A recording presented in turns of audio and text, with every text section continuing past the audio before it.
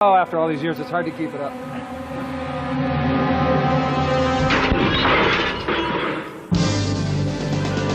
It defined the 80s as much as Reagan, Thatcher and Filofaxes. 300 million people would get in a lather every week over the world's first super soap, Dallas. I'm still a hero down there. They love me, and I love them. Made them a lot of money, and they made me a lot of money. Dallas is a good town. You could either make yourself nuts by trying to remember the plot, or you could just do every scene exactly the same, and then it didn't matter. Good morning, darling. More coffee, darling. How are you this morning, JR? Even now, you say the show was watched by 300 million people. It's just mind-boggling. We were recognized every day of our lives in over 100 countries around the world. I don't miss being that famous, and I don't miss getting up that early every day. But I do miss the faces of that cast that I love so much. For most of the last century, Dallas was famous as a cowboy town, as the oil capital of America, as the city where JFK was shot. The first unconfirmed reports say the president was hit in the head. But then it became the city where JR got shot. And Dallas became the home of Dallas. Dallas was a story of the Ewings, a feuding family of oil barons who were incredibly rich, but still all lived together on a tiny Texan ranch called South Fork.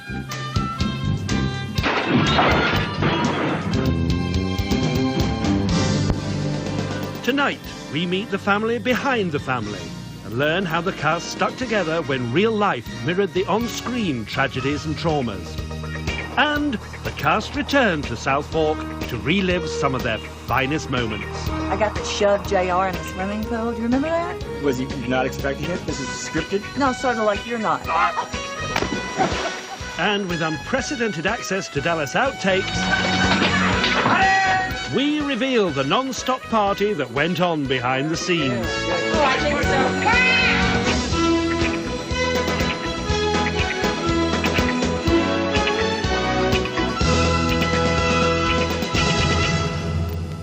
Patrick Duffy has the greatest sense of humor. So when we were lined up to do these photographs that would be seen around the world, just as the photographer would say, okay, ready, Patrick would stick his hand up my ass. That's the only way to describe it.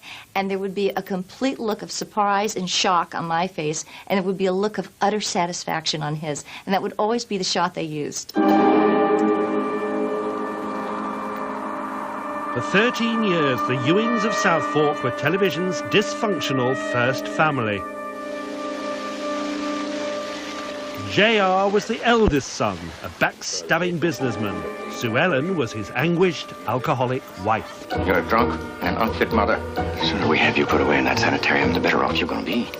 JR was always competing with little brother Bobby, both for control of the family oil business and the love of their hapless, long-suffering ma and pa, Jock and Miss Ellie.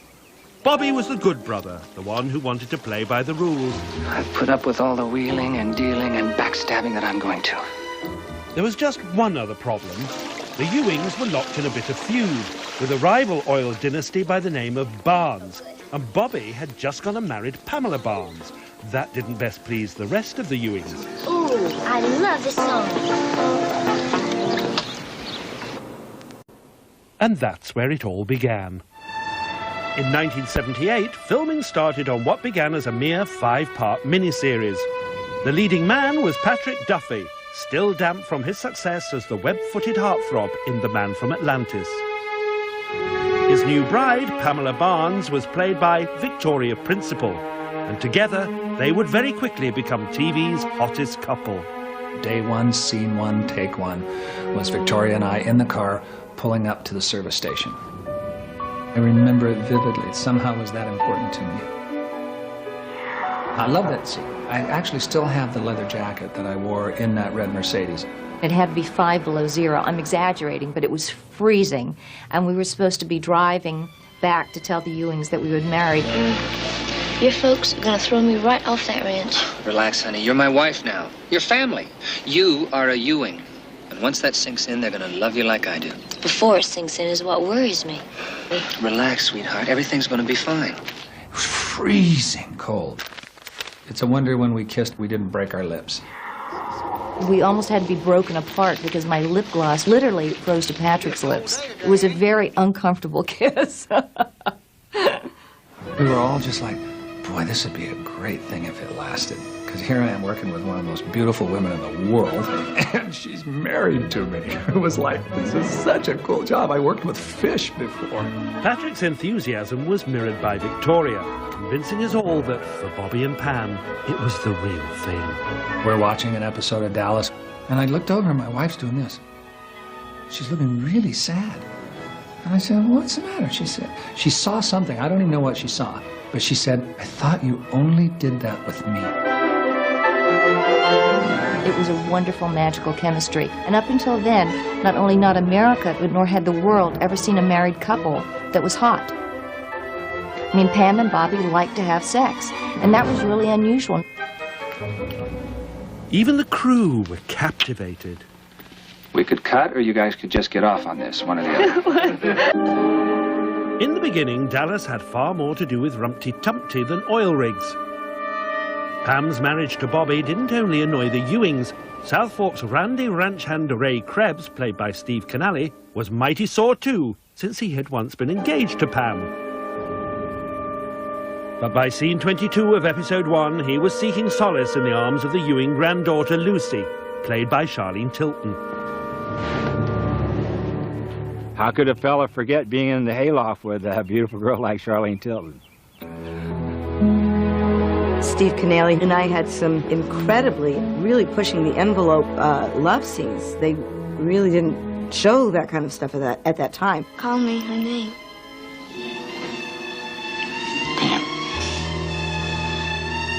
Again? Pam. Remember, he looked at me and went, I thought you'd be a little bit older. I mean, I looked like I was 12. I was 17, but I looked like I was 12. I'm telling you, I'm feeling like some sort of pedophile. She's just 17, and she's this 4'11" young woman, and she's planning this big kiss on me, and the director says, speak to Charlene about it, you see, because we can't see her tongue kissing you in that way. The network will never show it. I had to tell her, and she said, oh, okay, no problem. I don't want him to cut my scene. She was just putting her heart and soul into the part. Steve's lying. It was Steve was the one with the tongue, not me. In the beginning, the character we all remember Dallas for was in the background. No one thought a bad guy like JR could be the star. But it was clear from the cast's very first meeting that, with Larry Hagman on board, things were never going to be straightforward. Nobody beats old JR. You know that. We had a reading before we went down to Texas.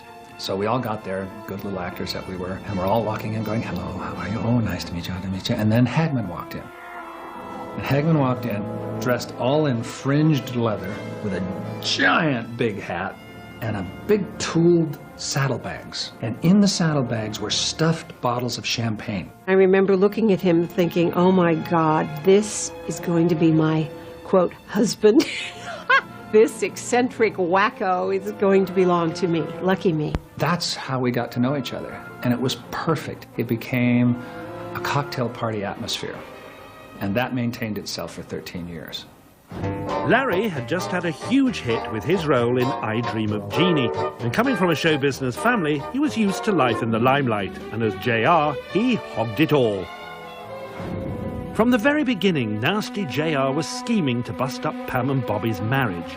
He arranged for Ray to get her soaked.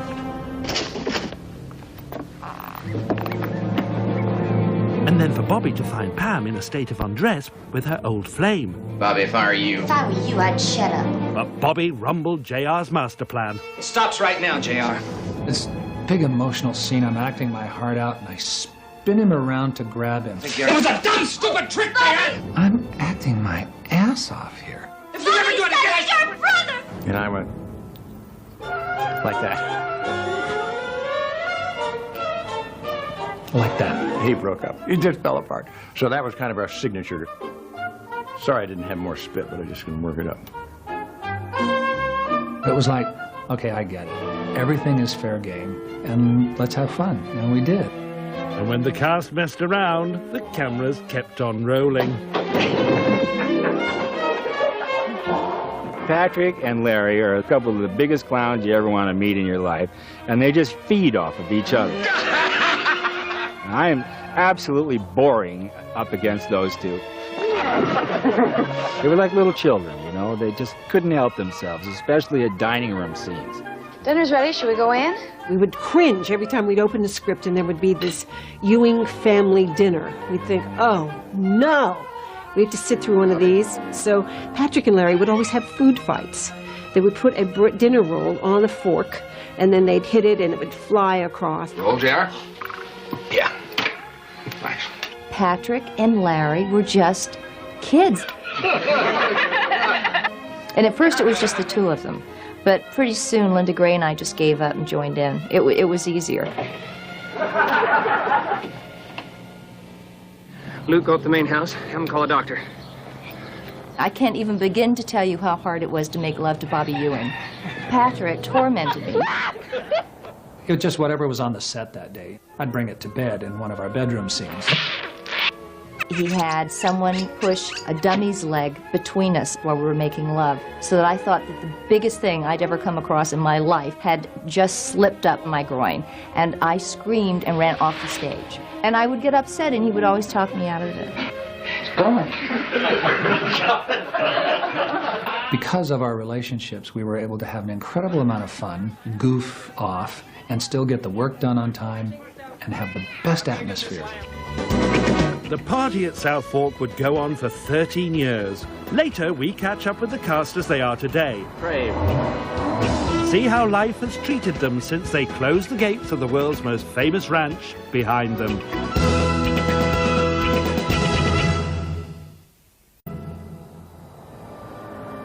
Tonight, long after they were famous as Ray and Donna Krebs, actors Steve Canale and Susan Howard are returning to South Fork 11 years after Dallas ended. The feuding Ewings are long gone, but for Steve and Susan, the ranch is full of memories.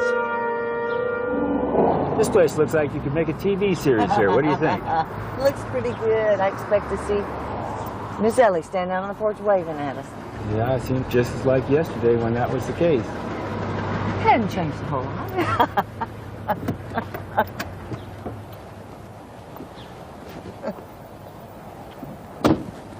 What was your first thought when you came up here? Well, it just seems like all the years just vanished and we were out here yesterday. South Fork was actually too small to film inside, so interior scenes were shot in a studio in Hollywood. But South Fork came into its own for the many ranch action scenes. The first time I was here, we were sitting up there in the stand, and you and Patrick were on the bulls. The funniest things. When y'all would be there and about ready to come out, you'd take your head, you'd pull it down like you were Steve McQueen. Or, Well, I was. I was John Wayne and Steve McQueen and all those guys rolled up. It was so Hollywood. Let's have a hand for Ray Krebs. You get in and cinch that thing down and get all wrapped up around there. And we actually were on those bulls, as you recall. And they are mean and dangerous. And you can definitely get hurt in there. It's not a place where actors should be. And about the time you go like this, like, let him out. And then you would jump out of there. Here comes Ray Krebs. If they actually let him out, you would have been in deep doo-doo. We faked him out, didn't we? People said, gosh, you know, you're really a cowboy. I said, oh, no. I remember there were some scenes that I played in this barn that had to do with Charlie, you remember, and she was misbehaving. Yes. Who was her boyfriend? Well, oddly enough. Wait a minute. This was what's his face? One of them was Brad Pitt. Brad Pitt.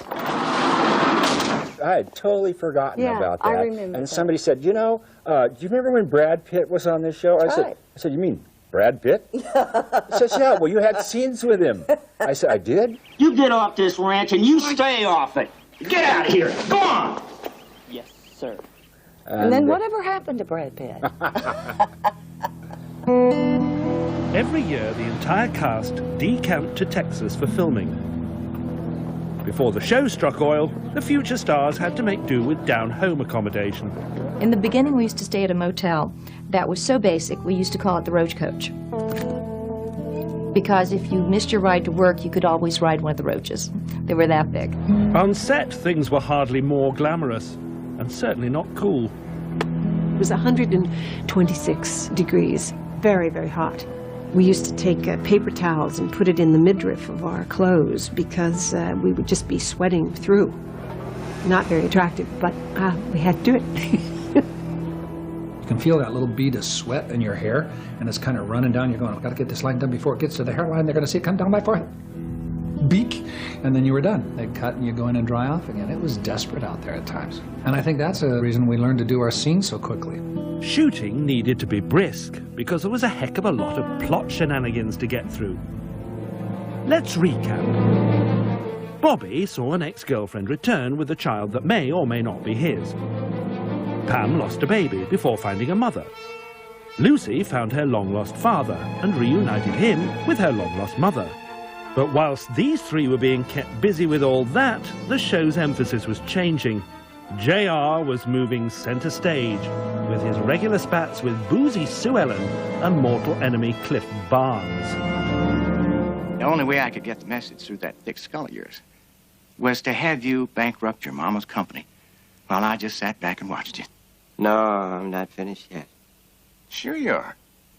Tomorrow morning, the janitor's going to come in here and sweep you out with the rest of the trash. Unless, of course, you do the honorable thing. Get in the elevator, go up the roof, and jump off, huh? Larry was a genius. Larry saw from the beginning that you could make a wonderful character out of this villainous guy. It was not even his story. It was the Barneses and the Ewings, Pam and Bobby. It was their show. And Larry just came in and stole it. I'm J.R. Ewing. I don't get ulcers, I give them. The character of J.R. was like a license to steal. It was so much fun.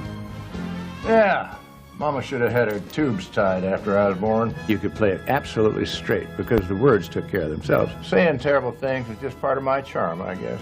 And if you did it with a smile, you could be stabbing somebody in the back and have more fun. Yeah, once you get rid of integrity, the rest is a piece of cake. It was wonderful. One of Dallas's leading attractions was the tempestuous rowing of JR and semi-sottle, totally luckless Sue Ellen. Tell me, JR, which slut are you going to stay with tonight? What difference does it make? Whoever it is, it's got to be more interesting than the slut I'm looking at right now. Despite his new high profile, Larry Hagman's attitude to filming never really changed. The Dallas outtakes show how he still managed to find time to amuse himself and everyone else. Sue Ellen Ewing was lying in a hospital bed. When we were first married, I just loved her so much. Larry does this incredibly emotional farewell, and oh, she can't die, Bobby, she just can't, little tear. Oh, Bobby, she's got to live. Patrick says, would it help if we sang that old song we used to when we were kids, J.R.? Yeah. I was lying there thinking, this is not in my script. Do your balls hang low? Do they swing to and fro? Do they itch like a bitch when you drag them in the ditch? Can you throw them over your shoulder like a continental soldier? Do your balls hang low? I was trying everything I could to not laugh. And at a particular moment, I couldn't help it, and I started laughing. I could have killed them both. The crew was hysterical, and that was one of those, you know, Dallas moments. It was great. It was terrific. The cast were having the time of their lives. I'll have to carry you to the car. There was just one cloud on the horizon. To boost ratings, the network wanted the season to end with the ultimate cliffhanger. The show had been sort of slumping along. It had developed an audience, but not much of one. Towards the end of that year, CBS said, could we have a couple more shows? Oh, holy smokes, what do we do? How do we... Wait a minute. Why don't we just shoot him? Shoot JR? Yeah. Why not? Well, who's going to shoot him? Well, we don't even have to decide today. Who's there? Holy smokes, that might work.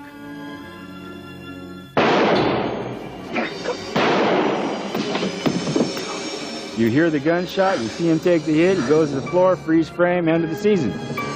From that moment on, this show was the leading show in television for the next 6 years. And it was just like that. For the first time ever, a London betting establishment made book on a fictional event. Who shot J.R.? Of course, the cast couldn't wait to add their twist to the speculation. Take that, son of a bitch, and I was offered $250,000 if I would divulge who shot me. I didn't know. But I thought, that's a real JR thing to do. Take that. To tell them, and it's totally wrong. Take that. Pick up my money and go. Take that, and that, and that. Missed. I didn't do that. That would be a JR thing to do, and I prided myself in not being JR in my real life.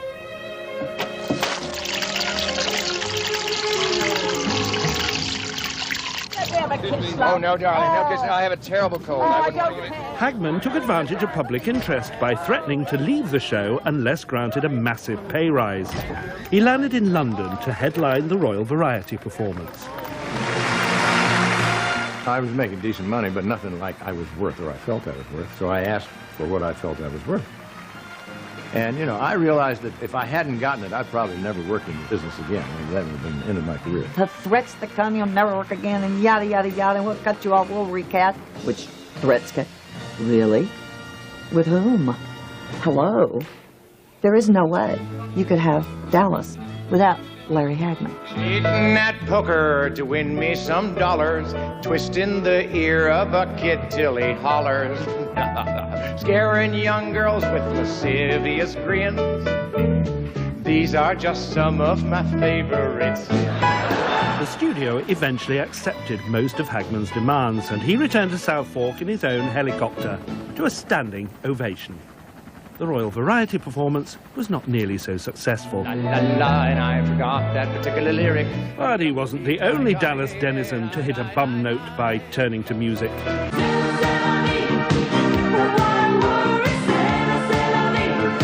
My manager talked me into it. The record was mediocre at best, but it was fun. So, it did well. I actually have a gold record in Europe. You are the land I am the sea. You are in counterpoint to me. The only reason that thing exists in the universe is because of Dallas. Oh, cool, I'll do a record. That'll be something I've never done before. And together we're strong. Dallas and its stars were now major news. When the episode that revealed who shot JR came to Britain, it was kept under armed guard until broadcast. Over 20 million Brits tuned in to find out who had tried to murder the Texans they loved to hate. It turned out to be Mary Crosby. Well, I was having a little affair with her, and she happened to be my wife's sister. And she thought she was knocked up, so that's why she shot me. However, as Dallas featured more glamour and gunfire and less cowpoking and yee-hawing, so there was less and less for Steve Canale to do. With uncharacteristic generosity, JR came to his rescue. Larry Hagman was now directing occasional shows, and a major power behind the scenes with enough clout to change storylines. I was ready to quit. And Larry says, don't leave this show now, Steve. Let's work on this together. I have a fourth son. I said, well, how about you being the bastard son? I found that out yesterday. I kind of mentioned it to the producers, and they made him the bastard son. Ray, welcome to the family, boy. There was only one hitch. Ray had been in the hayloft with Lucy. That was his niece. So it was a little dicey there, you know. We had to kind of play that down. It took the third year before we were able to bring that into the show. Ray and I very clearly had been together for quite a bit of time in the beginning. And then we find out he's a Ewing, so yikes. They just kind of ignored that and went right on. Events at South Fork were becoming more and more twisted and bizarre, but real life would become more shocking than anything that happened on screen, striking down members of the cast and their nearest and dearest. His parents had been killed, murdered, shot with a double-barrel shotgun, both of them in the chest, died, boom, immediately.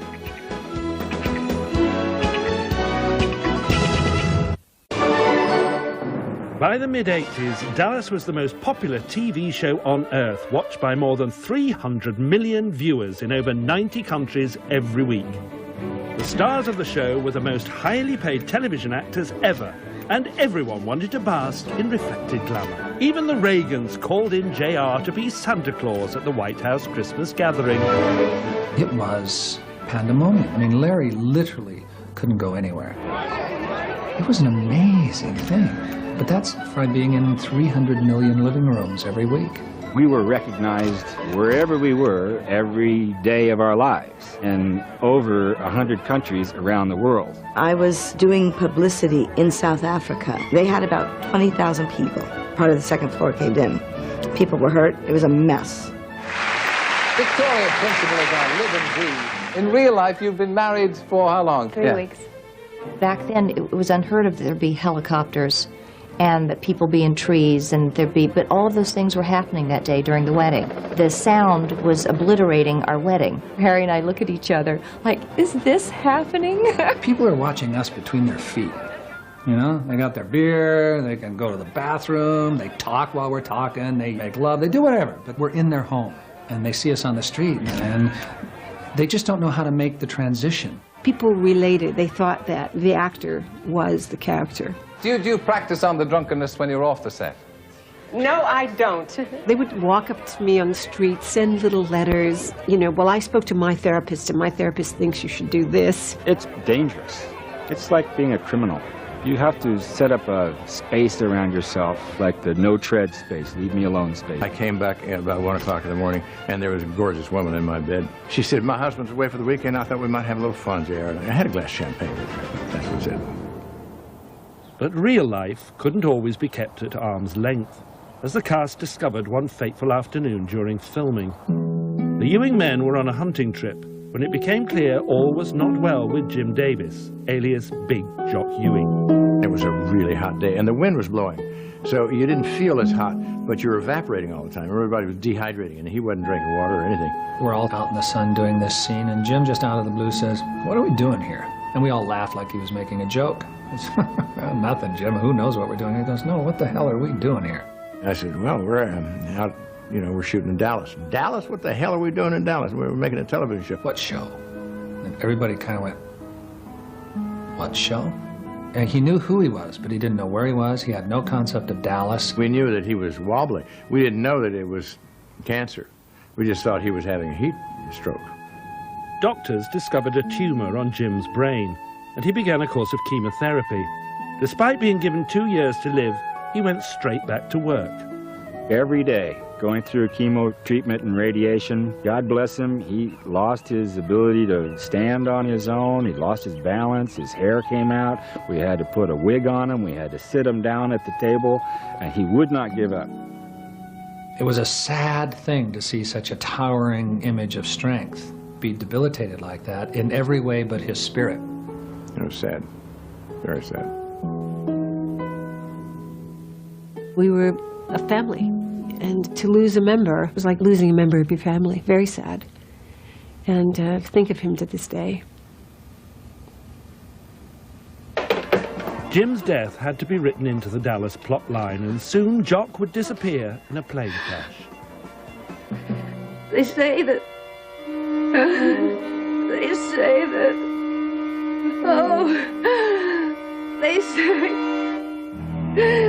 that Jock is dead. The show just had to go on. Miss Ellie bagged herself a new husband, Clayton, played by Howard Keel. Barbara Bel Geddes, who played Miss Ellie, decided to leave. So in stepped Donna Reed, but she was still meant to be Miss Ellie. Well, at least for a year, when Barbara Bel Geddes decided to return, and Miss Ellie was Miss Ellie again. Bobby's love life was just as confusing. When he divorced Pam, his new love interest was Jenna. She had been played by 2 different actresses before a third stepped in. One of the most famous women in the world, Elvis's widow, Priscilla Presley. I'm sorry we're late, everybody. Coming into that cast, after reading about it every week through the tabloids, I think I was scared to death. I mean, I thought, oh my God, what am I doing here? They've been together for so long. Here comes the newcomer. And to my surprise, they welcomed me, you know, with open arms. Jenna, I'd like to officially welcome you back to South Fork. It's nice to be back, JR. You look lovely. I changed outfits 4 times. I guess I was a little nervous. Well, no reason to be nervous. We're all just one big happy family, right, JR? That's right, Ray. I couldn't have asked for anything better. You know, I was signed for a year and ended up doing it for 5 years, so I really became part of the show. Darling, why don't you sit in your regular place here? And that's right, Jenna. You sit in Pam's old chair. Although newcomers were readily accepted into the Dallas extended family, it was the veteran stars who had the off-screen clout. It actually was negotiated into my contract how many times a year I would be seen in a bathing suit or in a teddy. And I used to call it the 3 teddy year. Now, Bobby. Now what, honey?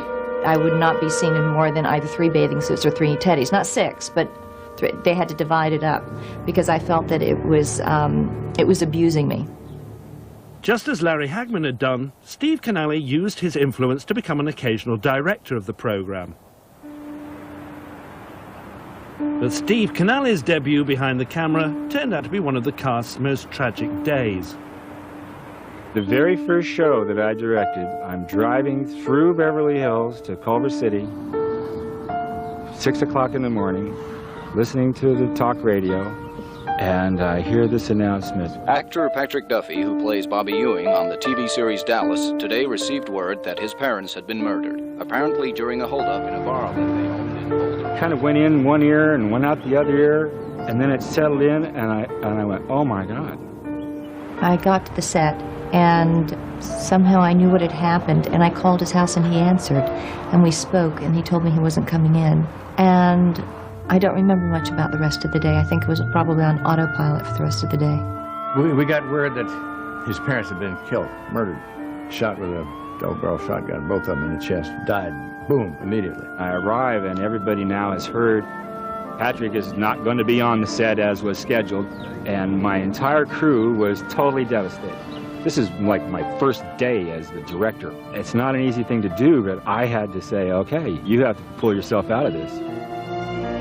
I told them that Patrick would want us to work as best we could. I said, let's just come in here and put our nose to the grindstone. Everything worked absolutely without flaw, but it was one of those moments that you never forget. And of course, directing is full of moments like that, but that was a tragic thing. It was a terrible time. I mean, you know, to have a murder like that and to be so close to someone like Patrick who had that horrible thing happen. But, you know, he's a Buddhist and he can get over that kind of stuff because we're all just on a wheel. We keep coming back all the time. You know?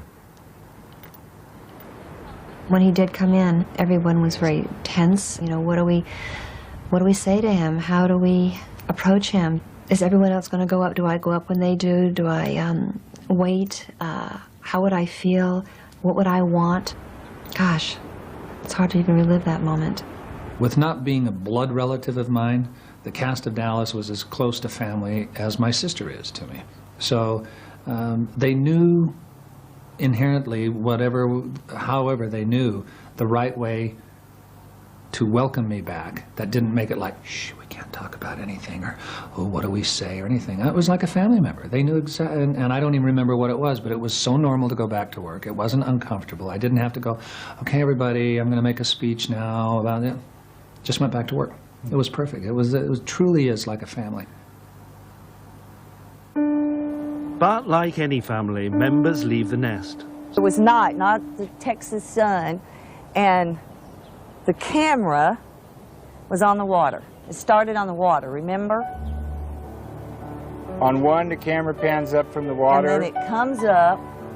I'm all pensive and whatever. And Ray makes a clean upset entrance. Says, kind of chilly out there. You want a coat? And Donna said, no, I'm fine. Well, I'm not. Ray walks up and says, Donna. Ray touched her and she flinched. She to come back to me. And with all that she can muster, she looks him dead in the eyeballs. Yeah. And says, I don't think I can. I don't think so, good boy. well, Ray is very pompous. He says, I don't know why. you love me because I'm just such a great guy. And you know I love you because I wouldn't cheat on anybody else. She says, give me a break.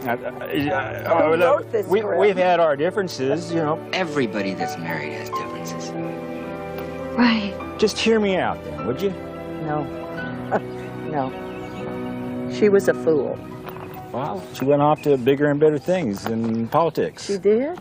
That's what I thought. Is that what they said? That's what they told me. They lied. Oh.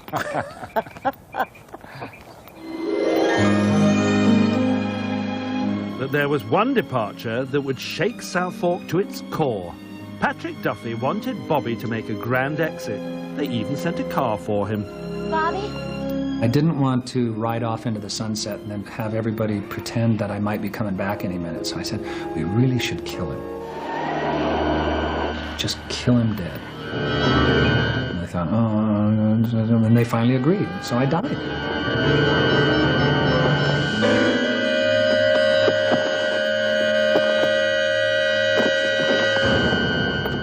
When Patrick left the show, what a sad thing. We all love Patrick. You know, here we have this fella dying. I cried real tears. I had no trouble at all imagining that it was going to be no more Patrick. Don't do this to me, Bobby. Don't leave me. I begged him not to leave. I begged Sue Ellen not to leave, too. But, you know, they felt it was the time to go on and do other things. Well, Patrick found out it was time to come back, too. Between them, Larry and Patrick would concoct one of the most memorably bonkers plots in soap opera history, to bring prodigal Bobby back to the Dallas fold.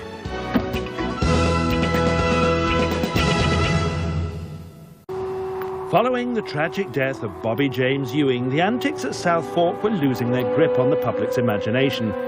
Ratings had slumped, and Patrick Duffy's career after Dallas hadn't exactly set the world alight. Have you noticed what happens when you rent from DER? You get richer. I worked, I did commercials, I did some stuff, and then, you know, in all honesty, it wasn't anywhere near as good out there as it was on Dallas. Patrick and Larry are still the best of friends to this day.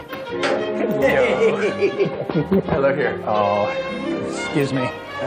Oh, I hate doing this every single time. Thank you, Daddy. Thank you, Daddy. Thank you, Daddy. So, how's your career?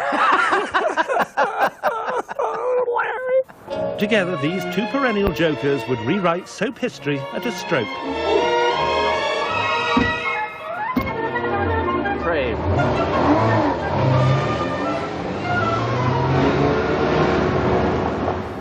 I got a phone call from Larry, and he says, come on out, take a jacuzzi and have a drink. And I looked at my wife, and I said, they're going to ask me to come back on the show. That's weird.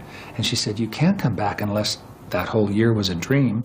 We laughed, went ha ha ha, and I went out to talk to Larry, and he said, come on back, we're going to have fun. And I thought, yeah, I'm not having fun out here. And then I came back. TV programs discussed it. Newspapers reported it. How exactly would Bobby Ewing be brought back from the dead? No cast member knew what was going to happen, including Victoria. Millions tuned in on Friday night to witness Bobby's apparent resurrection. Nobody knew how I was coming back on the show. Everyone thought Bobby would appear during a wedding scene. Come on, Bobby! But that was not to be. I couldn't film anywhere on a lot in Los Angeles because somebody would know what we were doing. So Leonard hired a commercial crew, a crew of guys who only do television commercials. And he bought a case of Irish Spring soap, and we built a shower. I was called in to come do the scene unexpectedly, and I had this from wardrobe, but I had never worn it, so I had taken it home to keep it. I think that's called theft, but nevertheless, they called me and they said, do you have something of your own you could bring? So I thought, oh, I might as well bring in the one I took. And I brought it in, went to the shower, opened the door, and no one was there. I thought I was supposed to be having a nervous breakdown. So one of the happiest days of my life was when they cut it together and Patrick was in the shower. Good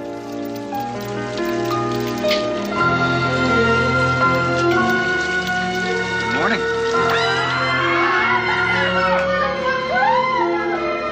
I actually turned and said, good morning.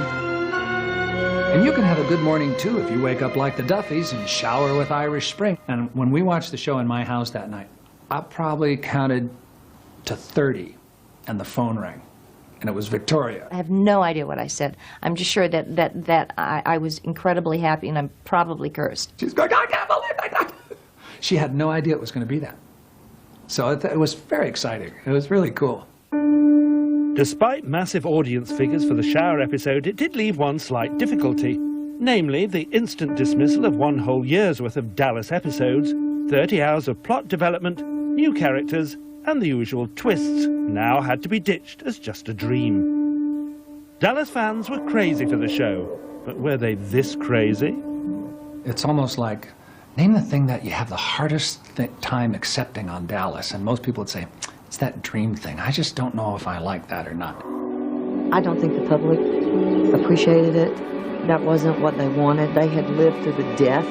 It was the only way to explain everything, but it was the only way to explain everything when the show had already lost its way. Couldn't he have gone away and been the man in the iron mask, and they discover him in a dungeon somewhere and rip the, you know, oh my gosh, it's Bobby. Dreams solve all kinds of problems in literature. You can wake up, Midsummer Night's Dream, they wake up.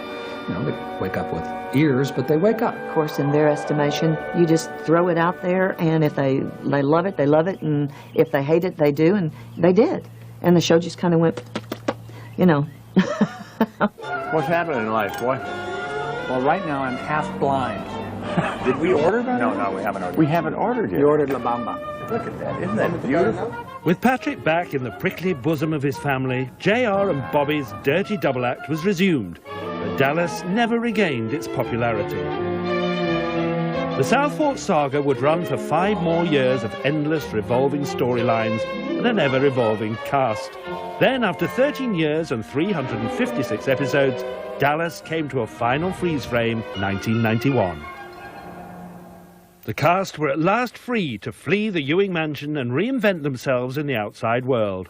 God, Larry, remember when we used to do this with something other than iced tea? Oh, yeah. I don't think anybody could keep up with Hagman. Hagman had practiced at his drinking for 40 years.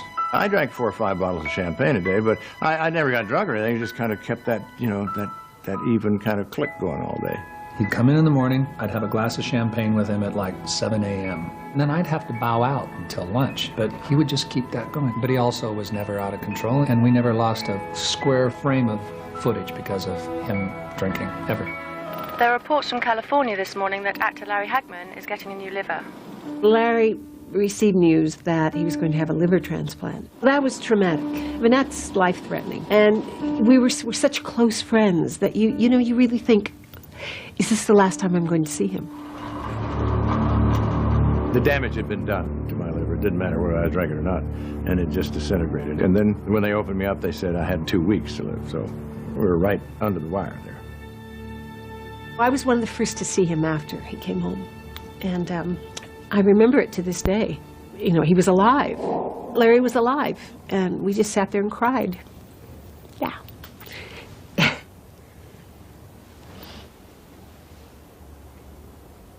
As for South Fork, the Ewing Ranch is still home to a lot of memories. Do you remember that time, the scene with Larry? You know, when it was really a joy. I got to shove JR in the swimming pool. Do you remember that? Was you not expecting it? This is scripted? No, sort of like you're not. And despite filming never having actually taken place inside South Fork, it's now home to a tour. Each room has a fictitious theme, because actually all of the interiors for the show Dallas were never filmed here. So actually, as y'all are walking through the house today, you really won't recognize the thing, but I hope you'll enjoy the tour. Dallas may have lost the black stuff, but it still has the old black magic. I guess what I would miss most are just the people. But when we see each other, it picks up just like right where it left off. There were days when we argued and days when we cried, days when we laughed and days when we kissed. Like any family. It was like surfing. It was like surfing through life with your extended family. For 13 years, I couldn't wait to get in the car and go to work. Every single day. I didn't have a bad day of work in all those years. I'll meet you back at the ranch. Work!